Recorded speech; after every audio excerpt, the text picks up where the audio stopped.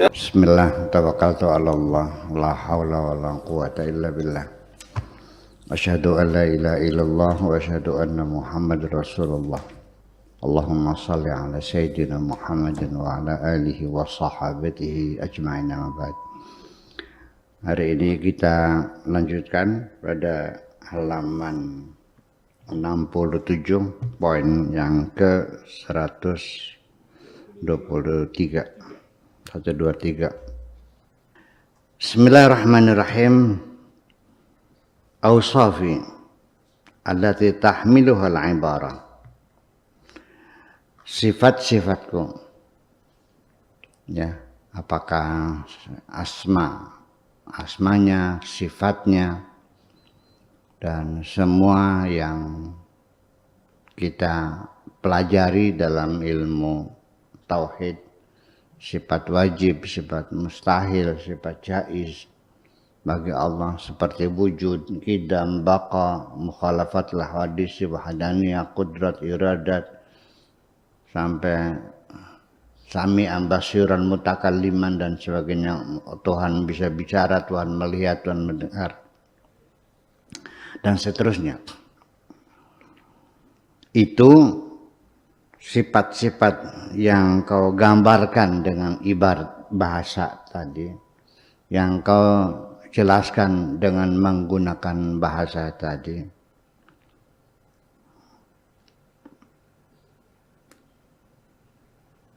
Adalah awsafuka bimakna, itu adalah sifat-sifatmu. Kau mensifati Tuhanmu maha mendengar, maha melihat dan sebagainya. Itu adalah sifat-sifatmu. Kamu mendengar, kamu melihat, kamu berbicara, kamu berkehendak, kamu punya keinginan, punya cita-cita. Itu sifat-sifatmu. Artinya sifat-sifatmu bukan sifat-sifatku. Jadi artinya gimana? Saya tambahkan di sini. Jadi artinya bahwa sifat-sifat Tuhan yang kau nyatakan dengan bahasamu itu adalah maknanya makna majazi. Apa makna majazi itu? Makna pinjaman. Gitu. Jadi yang pasti adalah jangan berimajinasi Tuhan melihat seperti kamu melihat. Melihat Tuhan tidak seperti matamu melihat. Tuhan mendengar tidak seperti telingamu mendengar, pasti tidak sama. Itu maksudnya. Mesti dijelasin, itu nggak paham. Bimana? Wa awsafi allati la tahmiluha al-ibarah. Tetapi ketika sifat-sifatku yang tidak dikemas dengan bahasa, dengan kata-kata, yang tidak diuraikan, tidak dijelaskan dengan kata-kata, sifat-sifatku yang tidak bisa diterangkan dengan bahasa dan kalimat, sifat-sifatku yang tidak diuraikan dengan suara, allati la tahmiluha al-ibarah, la hiya min awsafika, itu bukan sifat-sifatmu.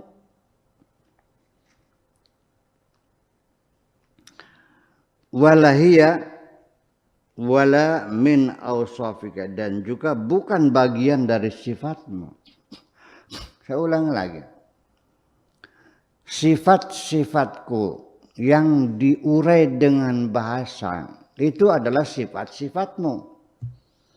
Sifat-sifatku yang tidak diurai dengan bahasa itu bukan sifatmu dan bukan bagian dari sifatmu. Mendetail dulu ya, nanti kita jelaskan, nanti kita buka forum dialognya. Idza kallamtuka, ketika aku berbicara kepadamu, bi'ibaratin, dengan menggunakan ibarat bahasa. Ketika aku berbicara kepadamu dengan menggunakan ibarat bahasa, ada suaranya, bisik-bisik, ya kan, wahai tasfirul afkar. Di telingamu umpamanya, atau seperti mushaf yang kita baca sudah pakai ibarat bahasa. Mushaf itu kan sudah pakai bahasa Arab. Kalau firman Tuhan kan tidak bersuara, tidak berhuruf kan. Kalau mushaf kan ada hurufnya, tulisannya. Seperti itu. Ketika aku tuh bicara kepadamu dengan menggunakan bahasa,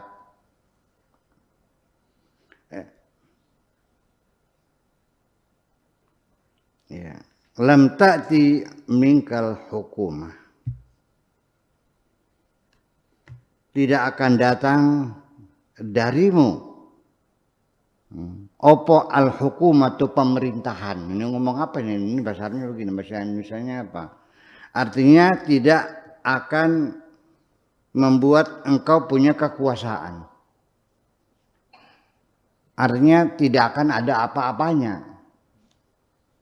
Al hukumah itu artinya kekuasaan, pemerintahan.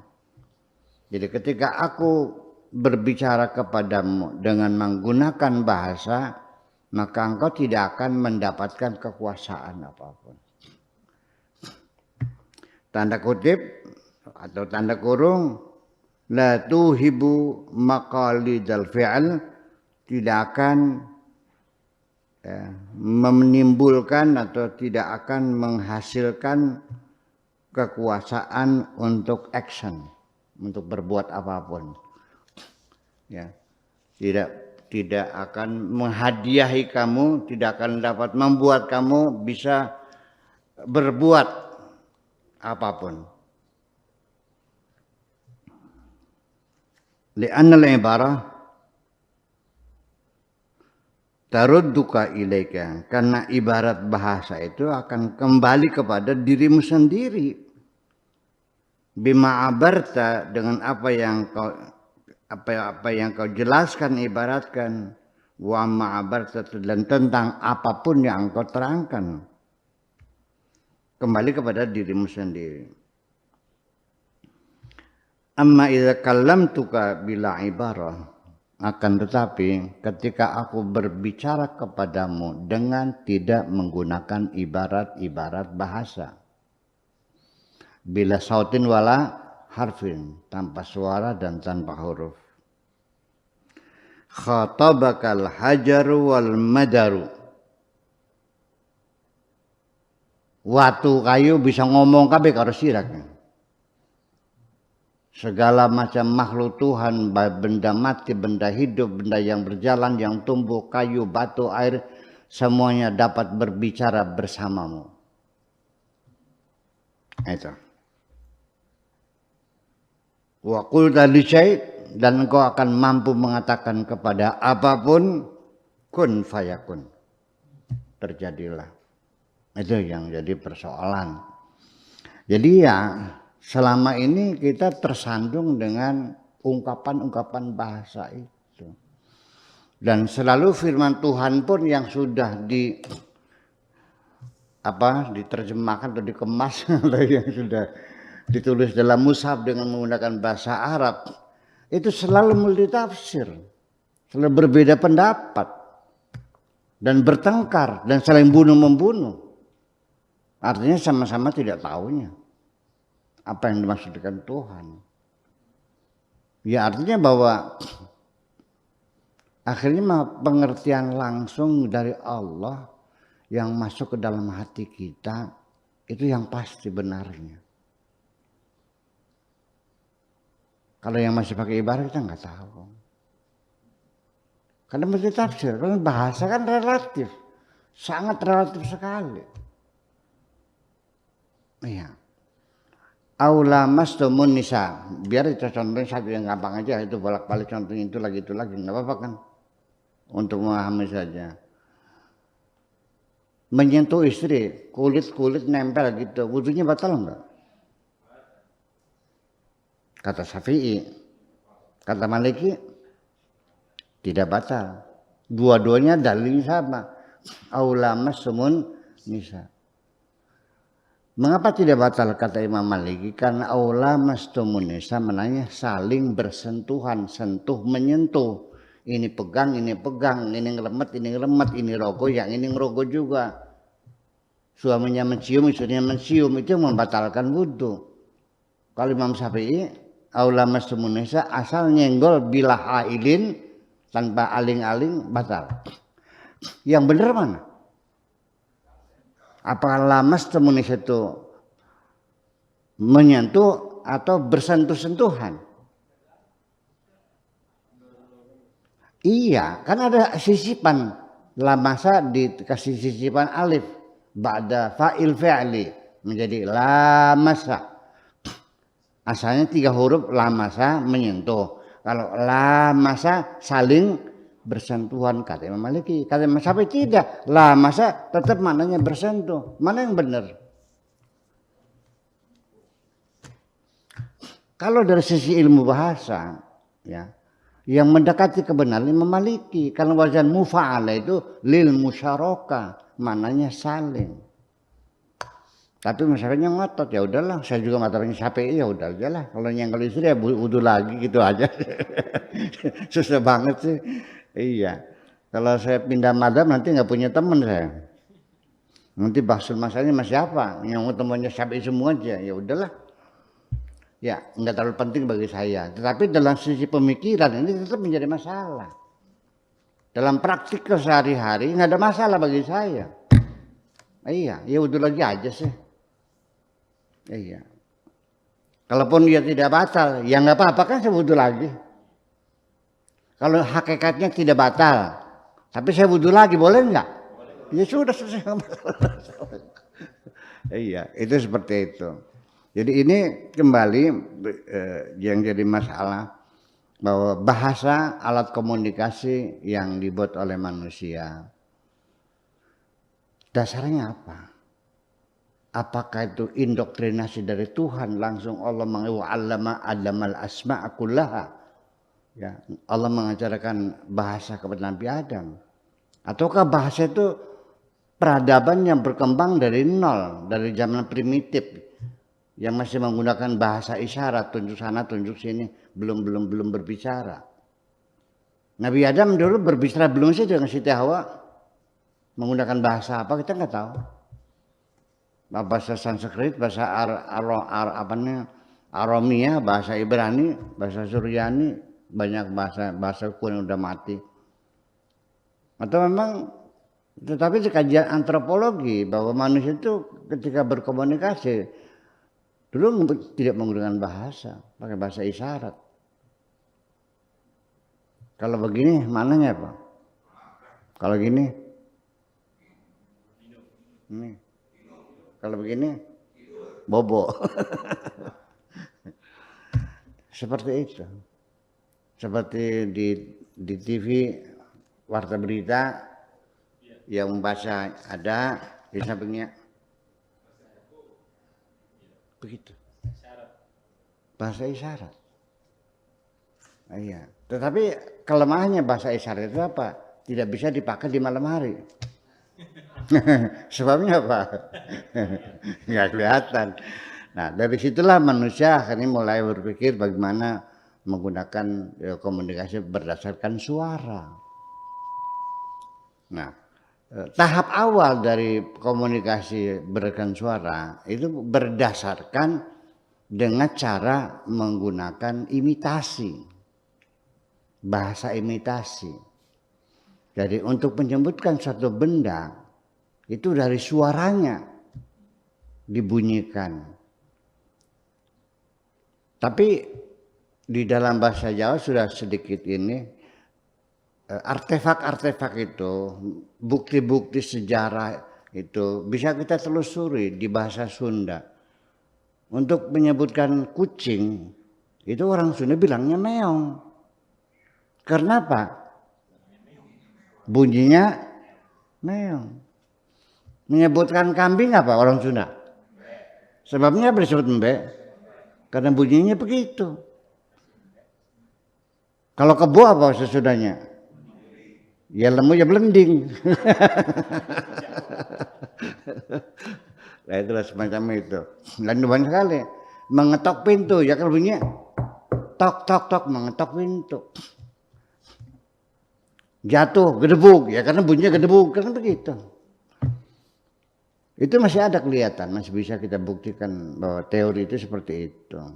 Nah, akan tetapi Makna yang sejati, apa yang terkandung dalam pikiranmu, dalam hatimu ketika dikomunikasikan, tidak mungkin orang yang mendengarkan komunikasimu itu akan sama dengan pikiranmu. Saya melihat perempuan cantik jelita, dan kalian semuanya ini ahli pelukis ulung semuanya. Saya ceritakan, saya kemarin ketemu dengan seorang perempuan cantik jelita, namanya Julia, orang Tangerang, begini, rambutnya begini, alisnya bagai semut beriring, betisnya bagai padi bunting terus. Sudah 1 hari 1 malam saya bercerita, terekam dalam pikiranmu, membangun imajinasi, betul? Terus saya perintahkan, silakan Anda lukiskan apa yang ada dalam pikiran Anda. 1, hasilnya pasti, lukisan kamu tidak ada yang sama. Imajinasi kamu tidak terbangun sama. Percaya nggak?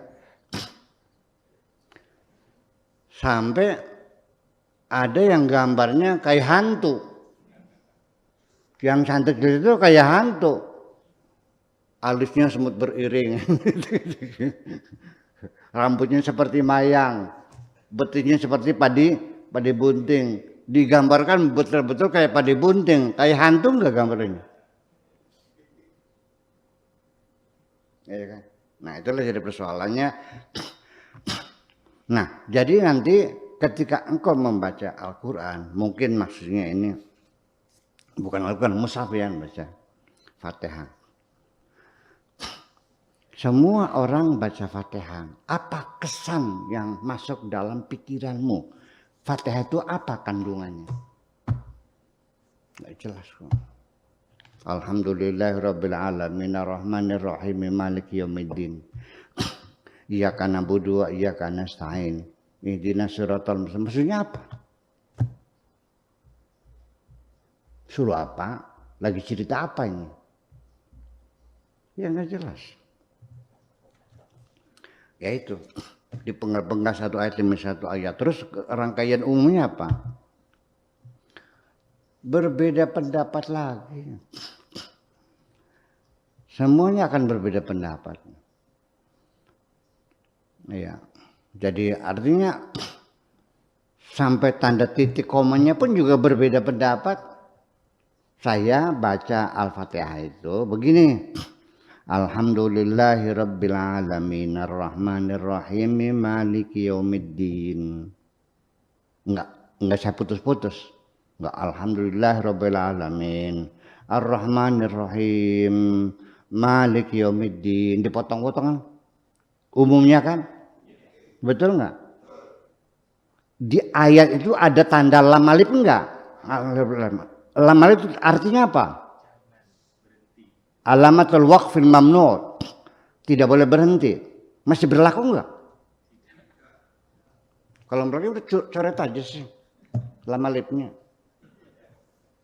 Sampai sekarang diabadikan. Ya kenapa tidak boleh berhenti? Karena itu bukan titik, itu koma. Ini biar kita masuk bahasa dulu. Alhamdulillahirabbil alamin. Ar-Rahman apa Ar-Rahmanu? Kalau Ar-Rahmani jadi apa? Non? Jadi sifat kan? Betul enggak? Betul enggak? Kalau sifat, ya tidak boleh titik dong. Kepada Bapak Bupati yang saya hormati bersama. Enak gak baca begitu? Saya sampaikan ucapan terima kasih yang sebanyak-banyaknya atas segala. Enak gak? Itulah makanya perlu tanda-tanda baca itu supaya jangan salah berhenti. Kenapa tidak Anda hormati? Ini kan selesai. Betul nggak? Lah ya iya. Kalau berhenti, maka konsekuensinya Ar-Rahman di sini marfu. Alhamdulillahirabbil alamin Ar-Rahmanur Rahimu. Sebagai apa? Sebagai khabar li mubtada'in mahdhuf. Takdiruhu huwar rahmanu. Gimana lagi? Itu kan persoalannya. Ya, itulah. Jadi selagi aku berbicara kepadamu dengan menggunakan ibarat, tidak akan mendapatkan kepastian dalam dirimu. Lam ta'tikal hukumah. Itu mana? Sudah jelas? Kudu diterangkan dulu. Jadi yang benar apa? Ketika tanpa suara, tanpa huruf, tanpa ibarat, tanpa bahasa, langsung mengerti, langsung keputusan, berhasil. Namanya intuisi namanya. Intuisi itu muncul dalam pikiran kita seolah-olah dari kita, padahal itu dari Allah sebetulnya mah. Go ahead, kata Tuhannya, jalan terus, jangan mundur. Kamu pasti menang, Indonesia pasti merdeka, kan gitu. Jalan. Nah, ya kan? Itu persoalannya. Nggak ada kepastian.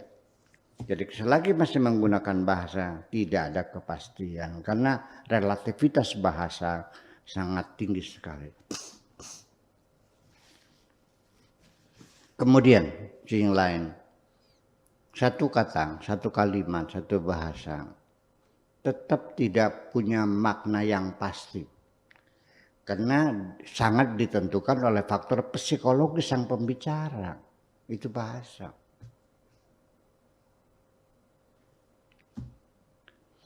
Kita nyapa perempuan di jalan. Sendirian aja, Neng. Dengan langgamnya, dengan intonasi yang berbeda. Sendirian aja.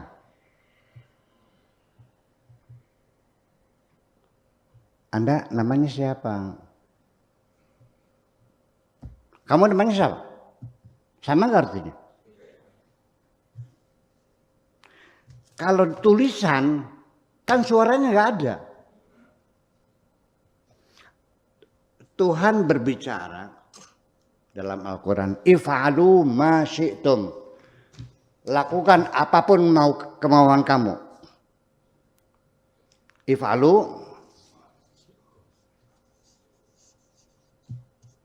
ma syi'tum.